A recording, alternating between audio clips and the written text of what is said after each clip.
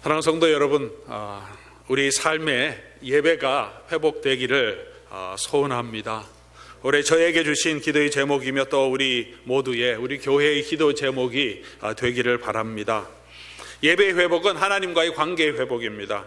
하나님의 은혜의 자리에 나아가는 것입니다. 우리가 생업을 하다 보면 지치고 피곤할 때가 많습니다. 몸도 힘들고 아플 때가 많습니다.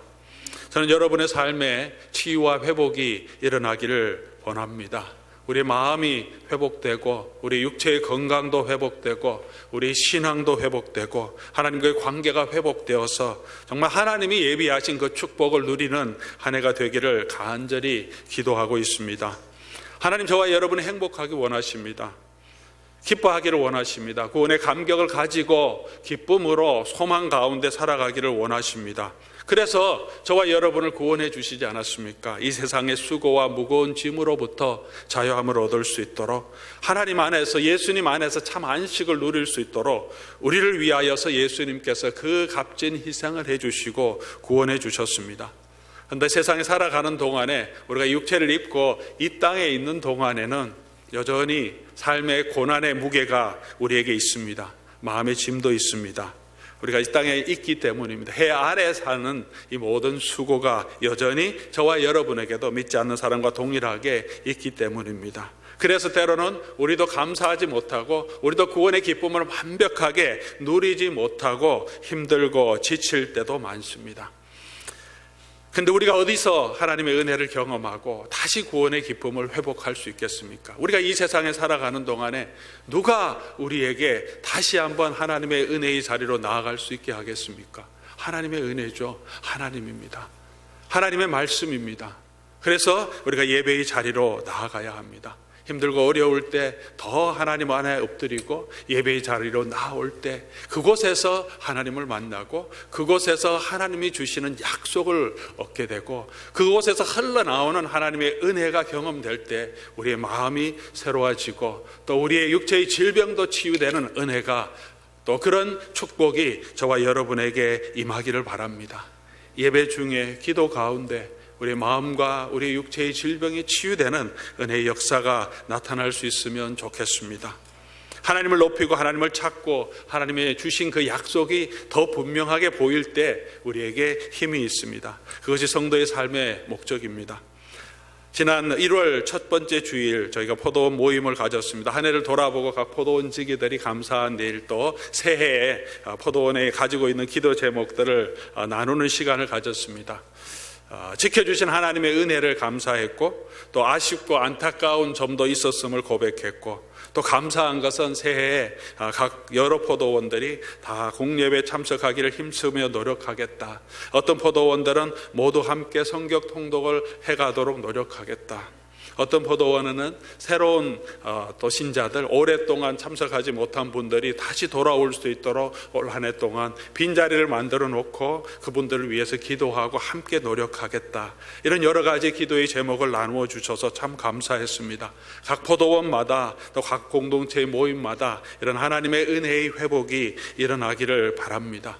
먼저 당회에서부터 은혜와 사랑의 공동체가 될 수 있도록 힘쓰겠습니다. 또 그렇게 다짐하고 있습니다. 같이 기도하고 있습니다. 함께 모이기가 즐겁고 또 함께 모일 때마다 우리의 삶이 나눠질 수 있고 또 함께 기도하는, 또 영적인 문제를 가지고 교회의 문제를 가지고 참으로 눈물을 흘리면서 기도하고 성도를 돌보며 또 먹고 마시며 서로 웃고 친교하는 그런 은혜가 있는 당회로 세워갈 수 있도록 저희도 노력하겠고, 여러분도 많이 교회의 지도자들을 위해서 저를 위해서 기도해 주시기 바랍니다.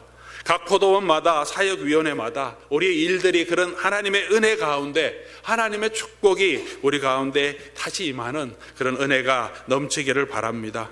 내 삶에 풍요한 것을 넘어서서 우리가 하나님의 은혜를 누리고 받은 그 은혜를 흘려보낼 때 진정으로 우리의 삶에 치유가 일어나고 하나님을 경험하고 하나님의 은혜가 우리 속에서 살아있어서 우리가 그 은혜 가운데 서 갈 줄 믿습니다.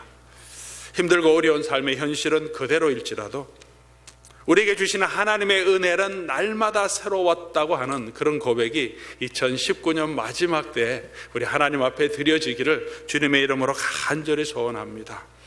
그렇게 영적인 일들이, 부흥의 역사들이 나타날 수 있기를 바랍니다. 그런데 그런 것들은 그냥 이루어지는 것이 아닙니다. 그래서 우리가 수요 특별 기도회를 통하여서 또 말씀을 통하여서 어떻게 영적인 부흥, 하나님의 예배가 회복되는지를 원론적인 것들을 배웁니다. 또 오늘 우리 주일 말씀을 통하여서 우리가 어떻게 영적으로 회복되어 가는지 학개서를 통해서 함께 앞으로 3시간 동안 살펴보려고 합니다. 우리가 영적으로 회복하려고 하면, 내 마음이 하나님 앞으로 가려고 하면 방해하는 세력들이 많습니다. 사탄이 그것을 제일 싫어하죠.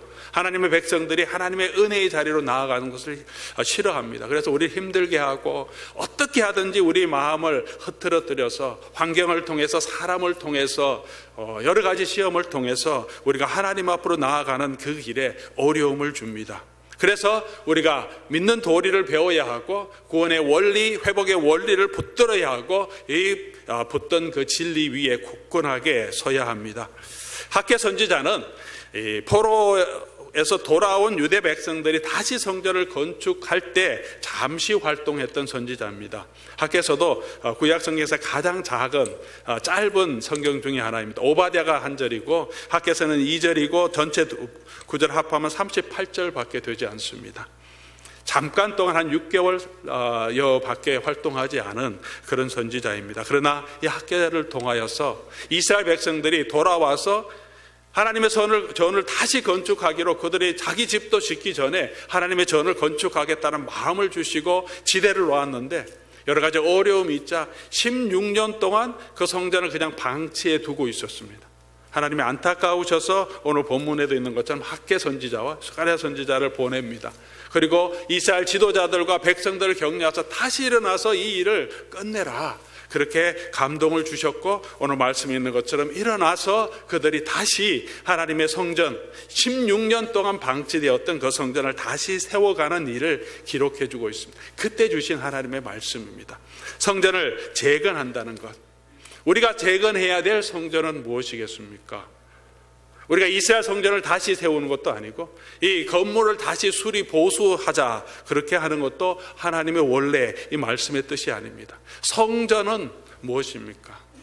성전의 전신인 성막을 하나님께서 세우실 때 주신 명령이 있습니다. 이스라엘 백성들을 애굽에서 구원하신 다음에 가장 먼저 하는 일이 성막을 세우라는 것입니다. 그럴 때 하나님께서 왜 성막을 세우라 하셨는지 말씀해 주고 있습니다. 출애굽기 25장 8절 말씀 보면, 내가 그들 중에 거할 성소를 나를 위해 지어라. 내가 너희들 중에 거할 성소입니다. 성막을 세우고 성소를 세우는 것은 하나님께서 그 백성과 함께 하시겠다는 상징입니다. 29절, 출애굽기 29장 43절에도 내가 거기서 이스라엘 자손을 만나리니, 어디서 만납니까? 바로 그 성소에서 만납니다. 성소가 이스라엘 백성이 하나님을 만나는 장소입니다. 내 영광으로 말미암아 회막이 거룩하게 되겠고, 그 회막의 거룩함으로 말미암아 온 이스라엘 지인이 거룩하게 되겠고, 이스라엘 백성이 거룩하게 되는 그런 은혜의 상징입니다. 성전을 새롭게 한다는 것은 바로 하나님이 이스라엘 백성 가운데, 유대 백성 가운데 다시 거할 수 있도록 하나님을 만나는 그 장소, 하나님을 만날 수 있는 그 예배의 처소가 회복되기를 원하시는 것입니다.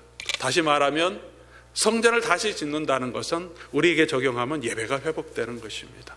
우리의 삶의 예배가 회복되는 것입니다. 우리 안에 하나님이 거할 수 있도록 우리를 정결케 하는 것입니다. 저와 여러분이 거룩한 하나님의 영이 거하는 성전이라고 이제 예수 그리스도 안에 있는 성도들에게 하나님 선포해 주셨습니다. 여러분 한 사람 한 사람 안에, 제 안에 하나님의 영이 거하시는 거룩한 성전입니다.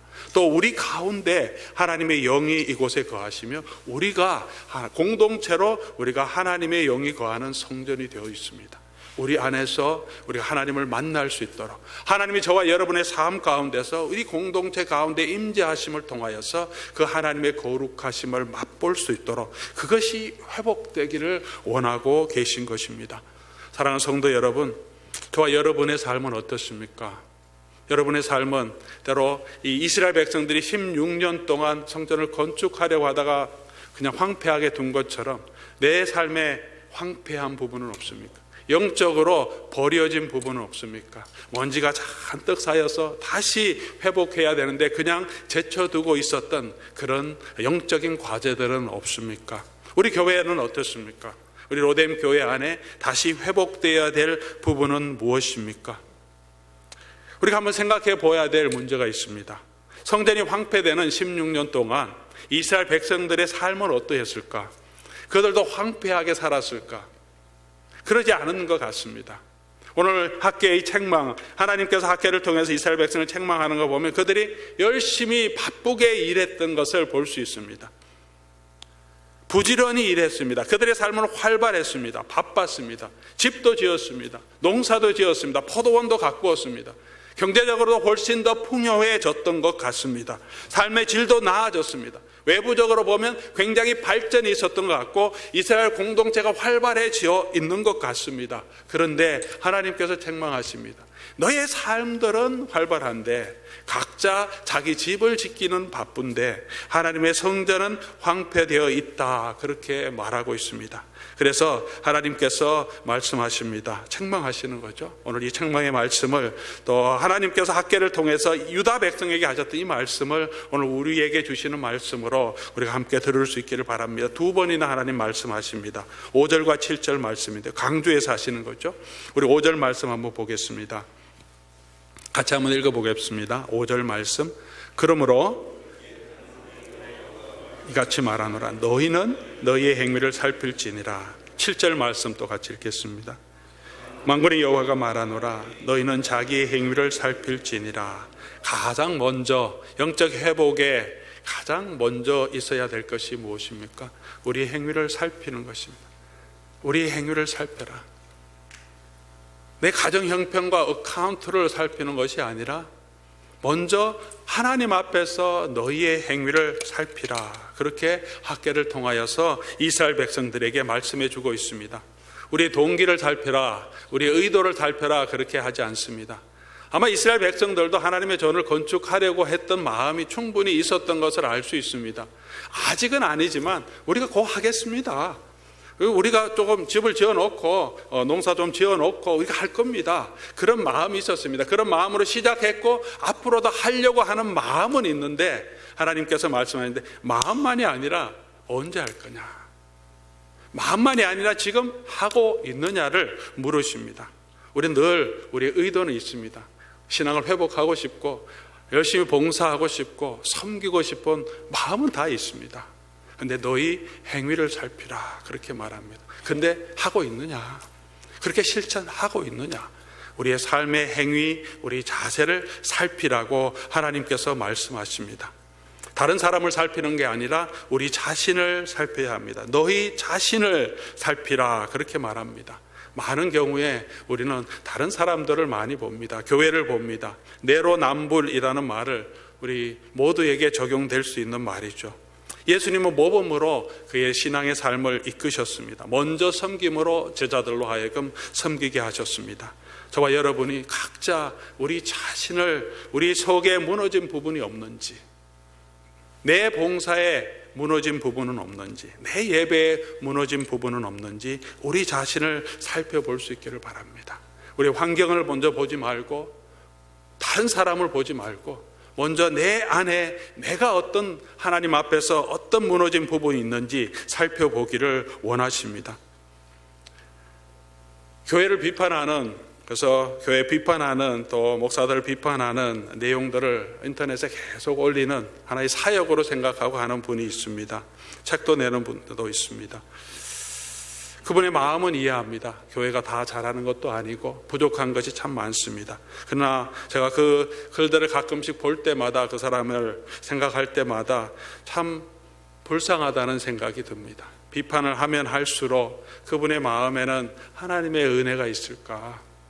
의도는 충분히 이해하지만 우리가 나쁜 것을 보고 교회에 부족한 것을 보고 목사들의 실수를 보고 그것을 지적하면서 그분은 정말 교회에 가면 하나님의 은혜를 경험할 수 있을까? 교회가 전체적으로 바뀌어지고 새롭게 되고 우리 교회 지도자들이 회개해야 되는 건 맞지만 그냥 개인적인 한 사람의 영혼으로 생각할 때 참 불쌍한 영혼이 아닌가, 그런 생각이 듭니다. 비판으로 사람이 변화되지는 않습니다. 내 삶을 돌아보고 변화되는 회개를 통하여서 우리가 변화됩니다. 부흥의 역사는 늘 회개를 통해서 시작됩니다. 내가 변화하고 자복하고 회개함으로 나아갈 때 그 변화가 주변으로 연결되고 함께 회개의 자리로 나오게 되고 그 교회가 회복함을 통하여서 사회가 변화되는 능력의 역사가 부흥의 역사로 나타납니다. 하나님께서 질문하십니다. 이 성전이 황폐하였거늘 너희는 이때에 판벽한 집에 거주하는 것이 옳으냐? 내 집은 황폐하였으되 너희가 각각 자기의 집을 짓기 위해 빨랐습니다. 우리는 무엇을 더 중히 여기고 있습니까? 우리는 무엇에 더 우리의 행동과 우리의 말이 빠릅니까? 우리 오늘 이 하나님의 말씀을 우리가 주의 깊게 들을 수 있기를 바랍니다. 여러 가지 이유가 있습니다. 핑계는 있습니다. 신앙생활을 집중하지 못하는, 예배가 회복되지 못하는 여러 가지 이유가 있습니다. 내가 무엇을 원하는가? 내게 무엇이 유익한가? 하기 전에 하나님께서는 이것이 옳으냐라고 질문하십니다. 무엇을 할 수 있느냐 묻지 않고 무엇을 해야 하느냐라는 질문을 던지고 계십니다. 내 형편에서 무엇을 할 수 있느냐, 우리가 무엇을 할 수 있느냐가 아니라 무엇을 해야 하느냐, 무엇이 옳으냐. 만약 그것이 옳은 길이라면 그 길로 갈 수 있도록 하나님의 힘을 구하고 움직이는, 그래서 우리 안에 하나님을 경외하는 그 예배가 회복될 수 있기를 바랍니다. 우리 우선순위가 무엇입니까? 저와 여러분은 무엇을 더 세우기를 힘쓰고 있습니까? 우리 집을 나의 필요한 필요를 채우기 위해서 더 힘쓰고 있습니까? 아니면 하나님과의 관계가 회복되는 그 일에 우리가 최선을 다하고 있고 그것을 먼저 힘쓰고 있습니까? 내 삶에 하나님의 관계가 회복되지 않고 주어지는 형통은 다 소용없는 것이라고 하나님께서 말씀하십니다. 6절 말씀 보면 너희가 많이 뿌릴지라도 수확이 적으며 먹을지라도 배부르지 못하며 마실지라도 흡족하지 못하며 입어도 따뜻하지 못하고 일꾼이 싹을 받아도 그것이 구멍 뚫어진 전대에 넣음이 되느냐. 밑 빠진 독에 물 붓기다. 아무리 내가 내 집을 세우고 내 건강을 지키고 피곤하니까 오늘 쉬고 교회 가지 않는다, 그렇다고 우리 건강이 지켜집니까? 내가 돈을 위해서 직장 생활 때문에 이거 일 가야 된다고 하고서 그렇게 더 간다고 우리가 더 크게 부자가 됩니까? 무엇이 더 중요한가? 하나님께서 세우지 아니하시면 그 집이 세워지지 않는다는 말씀을 동일하게 이렇게 하나님께서 표현하고 계신 것입니다. 우리가 잘 살고 행복하는 길은 어디에 있습니까? 우리가 노력하고 애쓰고 내 힘으로 참 행복을 누릴 수 없습니다.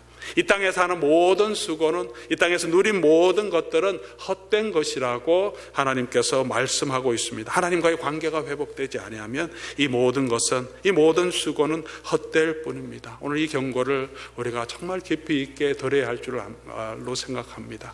누구든지 저와 여러분 모두가 정말 주의 깊게 들어야 하는 하나님의 말씀이라고 생각합니다.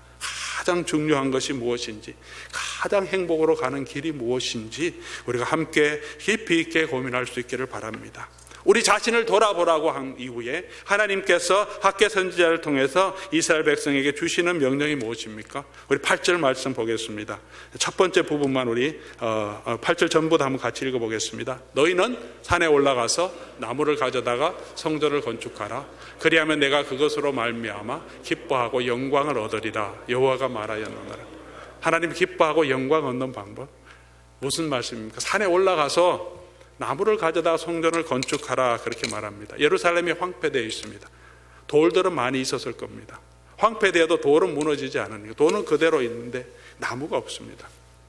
이 나무, 성전을 건축할 때 나무를 레바논에서, 두로시돈에서 좋은 목재나무, 산에 있는 큰 나무를 잘라서 왔던 것을 우리가 구약 성경을 통해서 알고 있어요. 그거 다 타버렸습니다. 예루살렘에 있는 나무는 상수리 나무 있지만 꾸불꾸불해서 좋은 나무는 없습니다. 아마 이스라엘 백성들이 성전을 짓다 보니까 나무가 없어요. 어디서 구할까?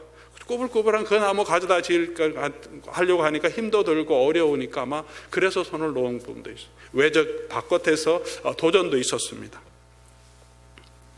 하나님께서 하나님의 전을 건축할 때 좋은 나무로 세우라 그러지 아니하시고 너에게 있는 것으로 세우라고 말씀하십니다. 산에 가서 나무가 없으면 너희가 스스로 나무를 가져다가 성전을 채워라.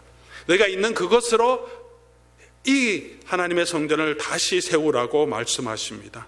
하나님은 그것을 기뻐하는 하나님이 아니겠습니까? 가장 좋은 것, 이 세상에서 가장 뛰어난 것, 내가 성공해서 큰 돈을 벌어서 하나님 앞에 드리는 그 경배가 아니라 내 삶에서 지금 내게 있는 것으로 스스로 나무를 해서 하나님의 성전을 세우는 그것을 하나님이 기뻐하십니다. 그 성전이 이전 영광과는 못할지라도 그런 수고를 기뻐하시고 하나님이 기뻐하시고 영광 받으시겠다고 하나님께서 분명히 말씀하고 있습니다.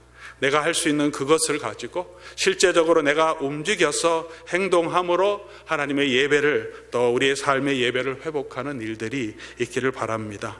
우리 예배를 드리기 위해서 주일 예배도 정말 제대로 드리기 위해서 좀 시간을, 우선순위를 조정해야 하죠. 우리가 할 수 있는 일입니다. 한 10분 정도 더 일찍 나올 수 있도록, 예배 시간에 조금 더 일찍 나와서 말씀을 묵상하고 하나님이 주실 은혜를 생각하면서 기도하는 시간, 그 기도를 통하여서 우리의 예배가, 그런 내가 할 수 있는 그것을 통해서 우리 예배가 회복되지 않겠습니까? 가만히 있어서 하나님께서 하늘에 주시는 큰 영적인 부흥을 기억하고 또 그런 어떤 은혜가 있을 것으로 생각하지 마시고, 내가 할 수 있는 그것, 산에 올라가서 내가 나무를 해서 세울 수 있는 그 일을 통하여서 우리의 예배가 회복되고 하나님이 그것을 기뻐하실 줄 믿습니다.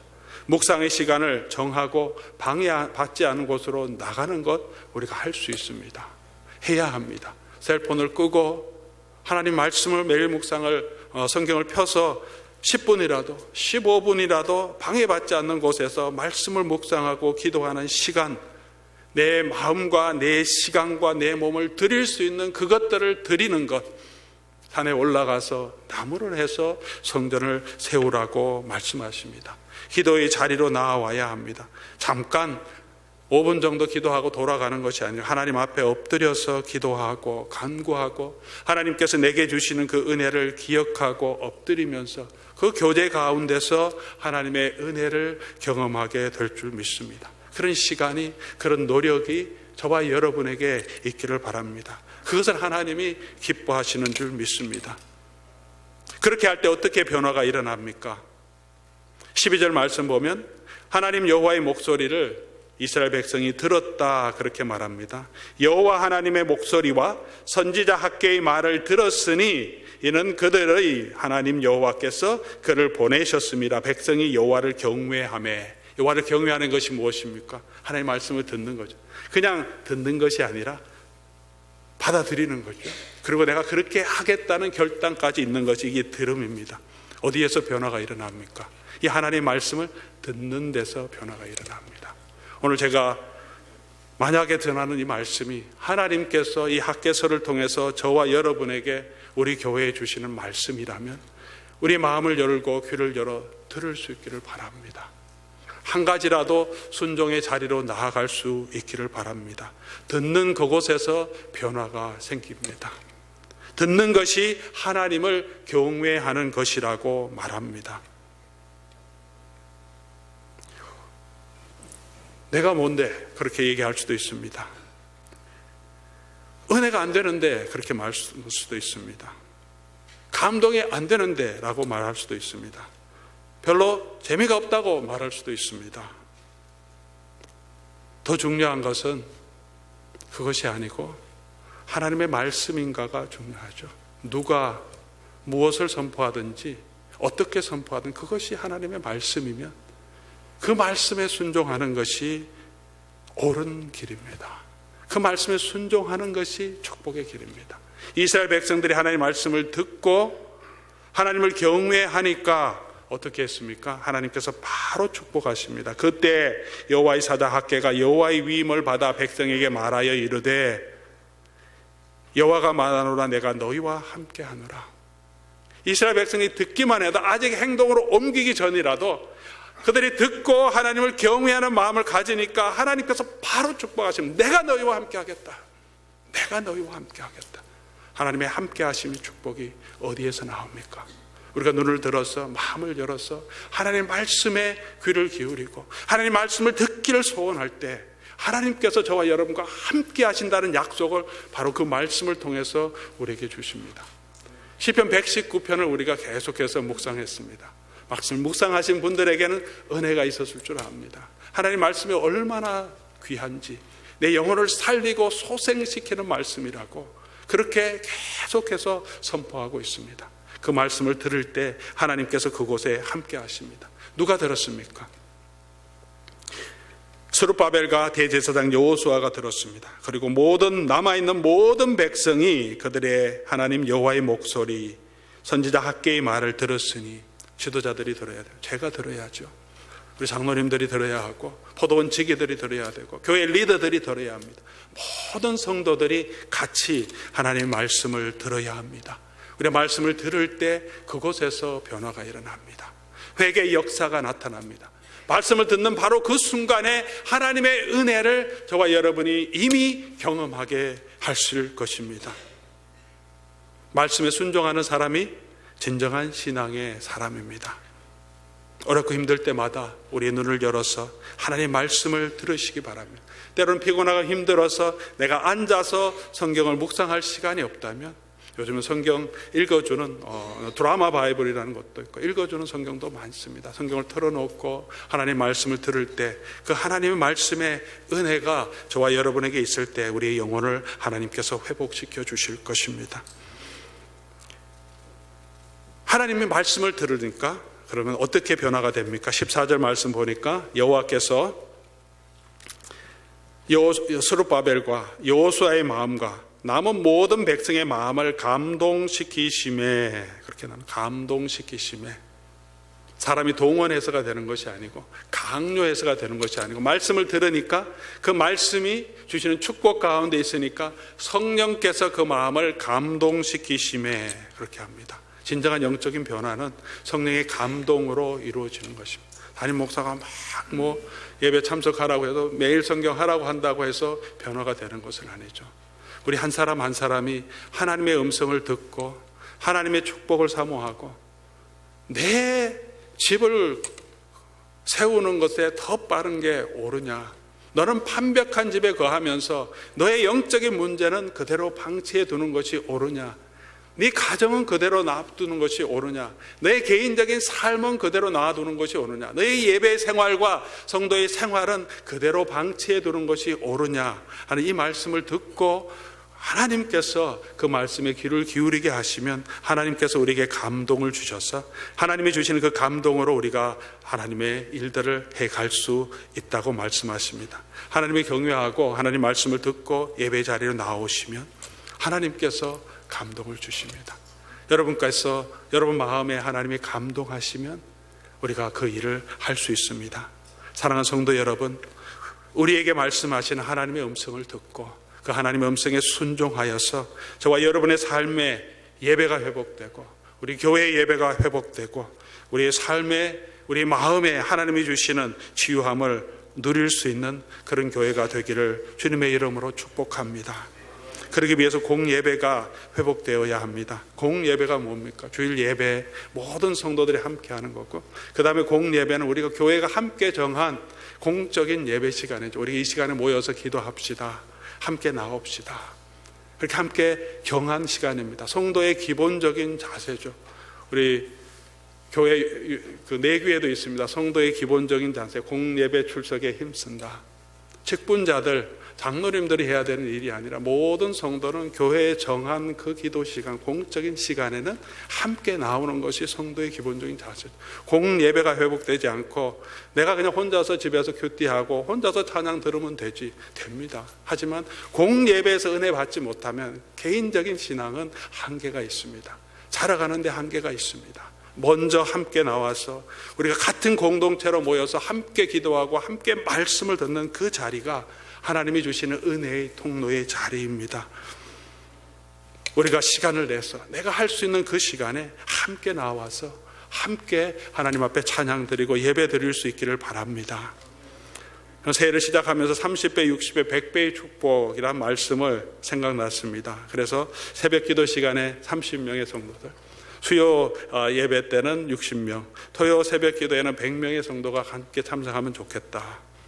근데 새벽 기도에 지금 조금 더 부흥이 일어나고 있습니다. 지금 한 25명 정도 거의 정기적으로 참석하고 있습니다. 10명, 15명 이렇게 있다가 새로 오시는 분, 우리 교회에 참석하지 않는 분들도 저희 교회 새벽 기도 오시는 분도 더러 계십니다. 기도의 자리가 뜨겁게 일어나기를 원합니다. 남 5자리 여러분이 채우실 수 있기를 바랍니다.